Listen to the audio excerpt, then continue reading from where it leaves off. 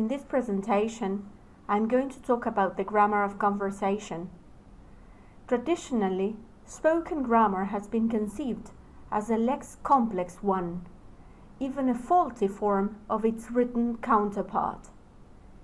Yet, is that assumption true to facts?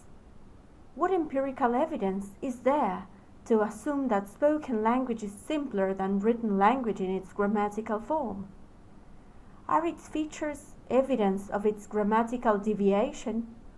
Or is it all this perhaps evidence of a distinct type of grammatical patterning, which is distinct of spoken language? In this presentation, I will try to describe the grammar of conversation, and I will try to answer some of these questions.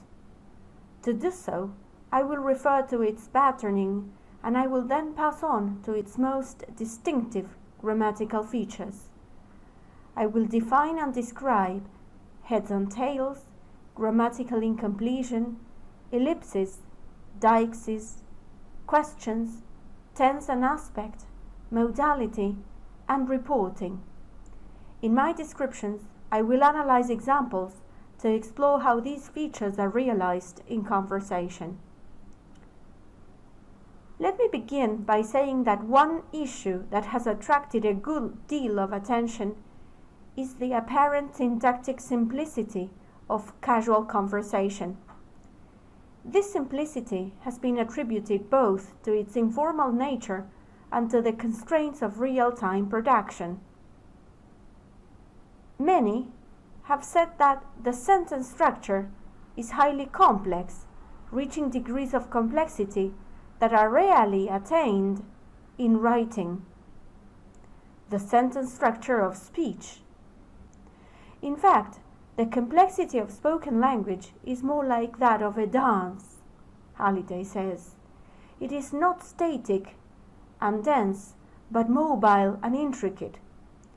This mobility and intricacy is in turn due to the fact that the context of spoken language is in a constant state of flux, says Halliday, and the language has to be equally mobile and alert.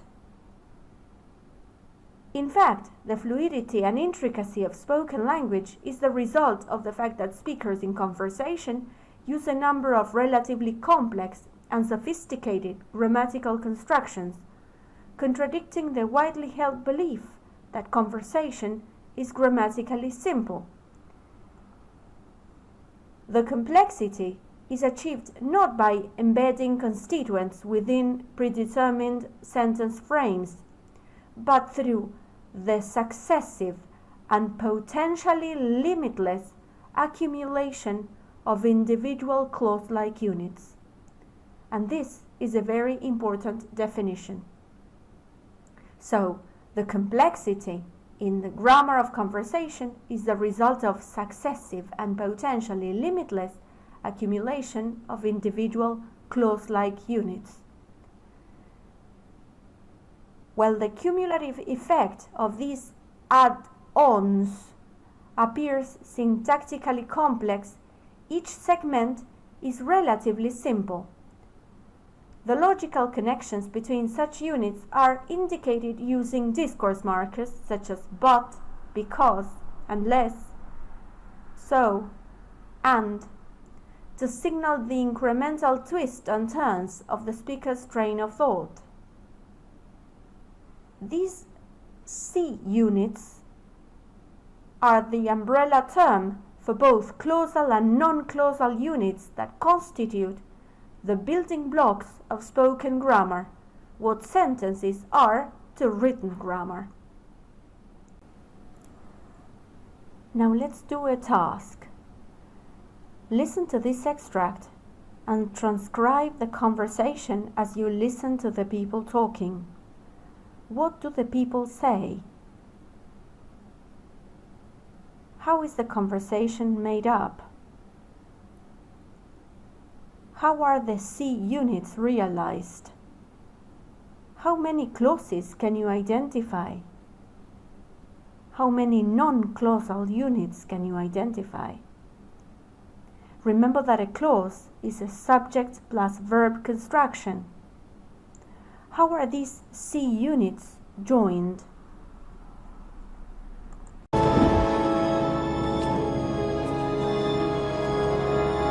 This is it. Let me give you one piece of advice. Be honest. He knows more than you can imagine.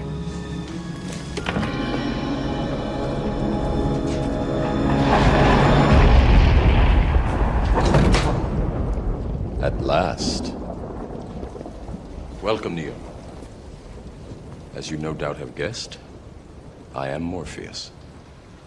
It's an honor to meet you. No. The honor is mine. Please, come, sit.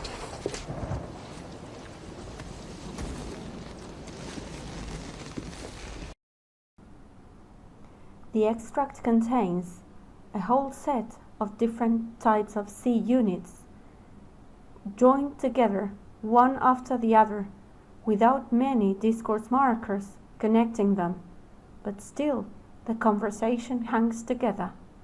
So this complexity is achieved by weaving together pieces of language, pieces of clause-like units, some of them forming clauses, others non-clausal elements, all of them together to build up conversation. Let me begin now by referring to the main features of the grammar of conversation. And let me start by referring to heads and tails. Heads and tails are optional slots either placed before or after the body of the message. The head slot typically consists of a noun phrase which serves to identify key information such as the topic and to establish a common frame of reference for what follows. Let me give the example of my friend Sarah, she came home yesterday evening, where my friend Sarah anticipates the reference for she in the utterance. While the head slot fulfills a largely prospective function, the tail slot is more retrospective in its use, serving to extend, reinforce, mitigate, clarify, or otherwise comment on what the speaker is saying or has just said.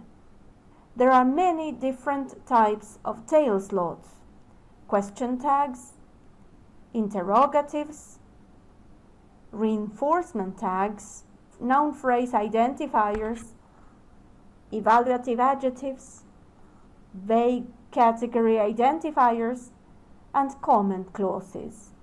It is important to mention that the effect of this incremental construction in conversation is that the body of the message is preceded and followed by these optional slots, into which matter, typically non-clausal, may be inserted. Let me now turn to grammatical incompletion as the second main feature of conversation. Grammatical incompletion refers to the utterances which are either left incomplete or non-standard in their blending, in a mismatch between the start and its completion. Because of the pressure of online planning and the jointly constructed nature of conversation, spoken language is often ungrammatical, even by its own relatively relaxed standards. Grammatical incompletion acquires four main forms: abandonment, interruption, completion by another speaker, and blending. The next feature of the grammar of conversation that I would like to refer to is ellipsis. Ellipsis can be defined as the deliberate omission of items such as subject, pronouns, and verb complements that are redundant or recoverable from the immediate context, either the linguistic or the situational context. The omitted items can consist of single words or phrases. There is a wide range of omitted items that include sentence subjects, subjects and operators, and auxiliary verbs. Ellipsis most frequently occurs at the beginning of utterances rather than in the middle or at the end. Let us now pass on to deixis. Deixis is the use of language devices such as personal pronouns, demonstratives, and adverbials, so that speakers can make reference to such features of the immediate context as themselves and the other people present, what is called personal deixis, the immediate space, that is, spatial deixis, and the time, temporal deixis. Because conversation takes place in a shared temporal and spatial context, unless, of course, this is on the phone, speakers frequently make direct reference to features of the immediate situation. This is the reason why there is a high proportion of deictic expressions in casual conversation. Let us now pass on to an example so as to analyze heads and tails, ellipsis, grammatical incompletion, and deixis as they operate together in a conversation. Please take down notes on examples of these different features. I know you're Neil. Be right with you. You're the Oracle? Bingo. Not quite what you were expecting, right? Almost done. Smell good, don't they? Yeah. I'd ask you to sit down, but you're not going to anyway. And don't worry about the vase. What vase? That vase. I'm sorry. I said don't worry about it. I'll get one of my kids to fix it. How did you know? Oh, what's really going to bake your noodle later on is, would you still have broken it if I hadn't said anything?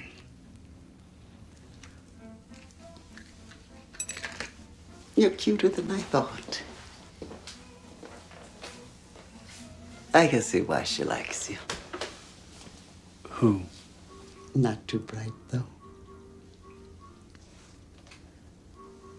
You know why Morpheus brought you to see me. So, what do you think? Do you think you're the one?